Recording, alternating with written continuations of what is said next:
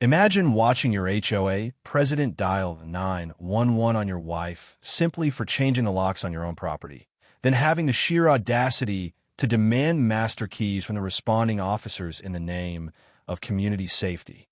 This woman actually told them my wife was trespassing on HOA property and needed to be arrested immediately. The raw fury I felt watching Karen Whitfield's manicured finger jab towards Sarah while she smugly lectured about how these people don't understand community rules still leaves a metallic taste in my mouth. What Karen didn't realize was that Sarah wasn't just any difficult resident. She was Deputy U.S. Marshal Sarah Morrison, and she'd been quietly documenting Karen's $400,000 embezzlement scheme for 3 full months. What would you do if your HOA tried to criminally prosecute you for improving your own home?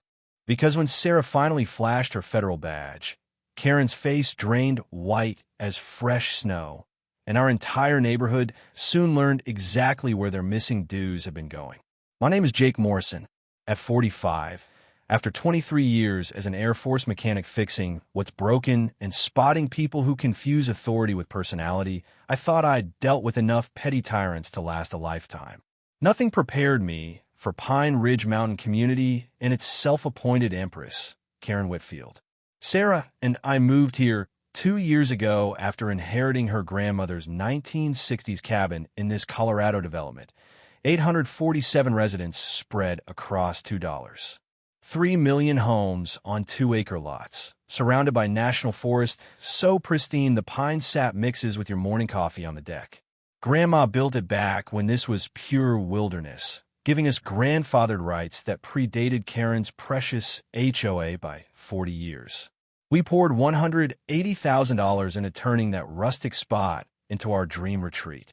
Sarah, my wife of 18 years, works in federal law enforcement, something vague about financial investigations and operational security.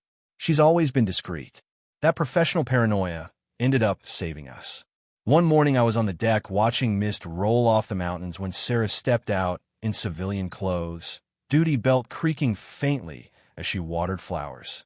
Even relaxed, she scanned everything like trouble might appear any second. That's when Karen's white Escalade with vanity plates invaded our driveway.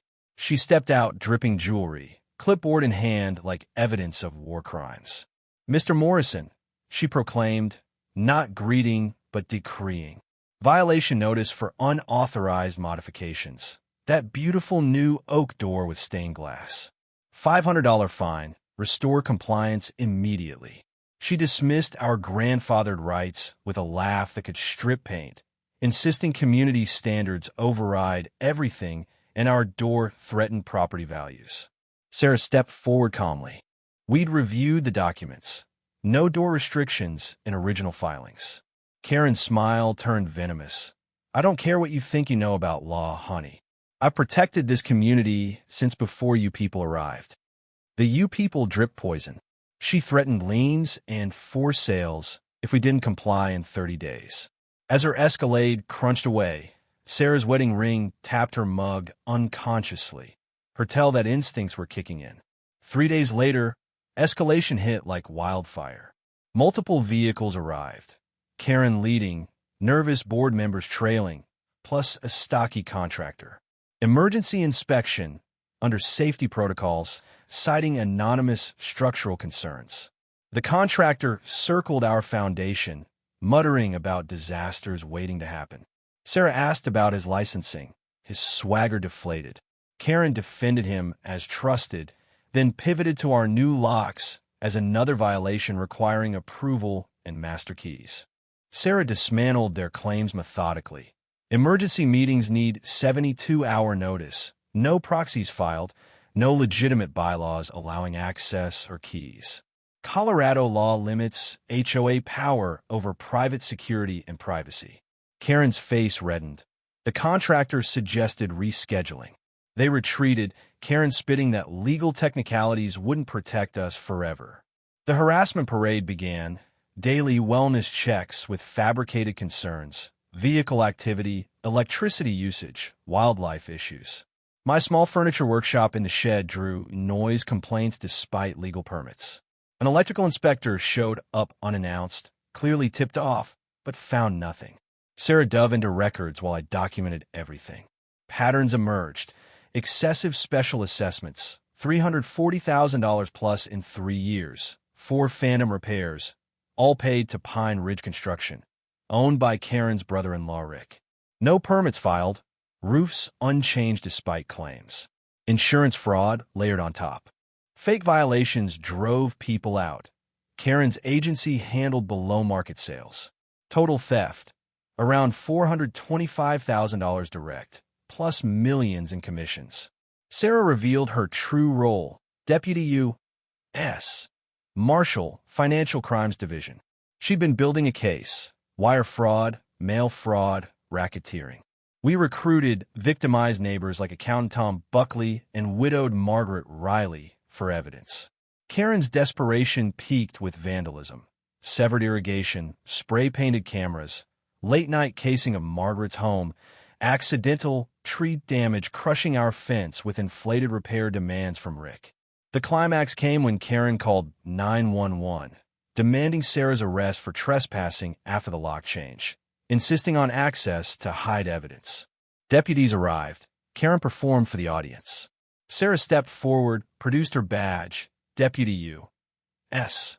Marshal Sarah Morrison, conducting a federal investigation into embezzlement, fraud, and racketeering in this HOA.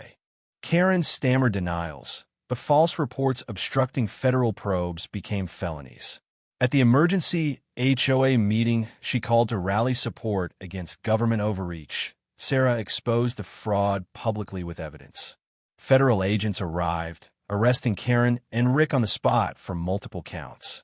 3 months later, Karen pleaded guilty. 4 years federal prison, full restitution, ban from HOAs. Rick got 18 months and a construction ban. Asset forfeiture recovered $380,000 for residents. Average refunds around $2,800. New leadership brought transparency. We started scholarships funded by recovered money, turned meetings into potlucks, built a community garden. Our mountain feels like home again.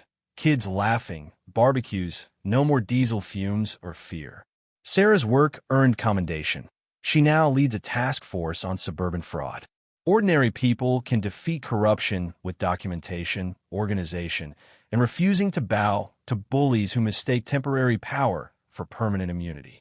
If you've got HOA nightmares, drop them in the comments. I read every one. Some might need real attention. Smash subscribe and notifications. We're exposing more neighborhood chaos daily. The sweetest ending isn't revenge. It's justice, healing, and ensuring no one terrorizes families again. Karen's got plenty of time in her federal vacation to reflect on that.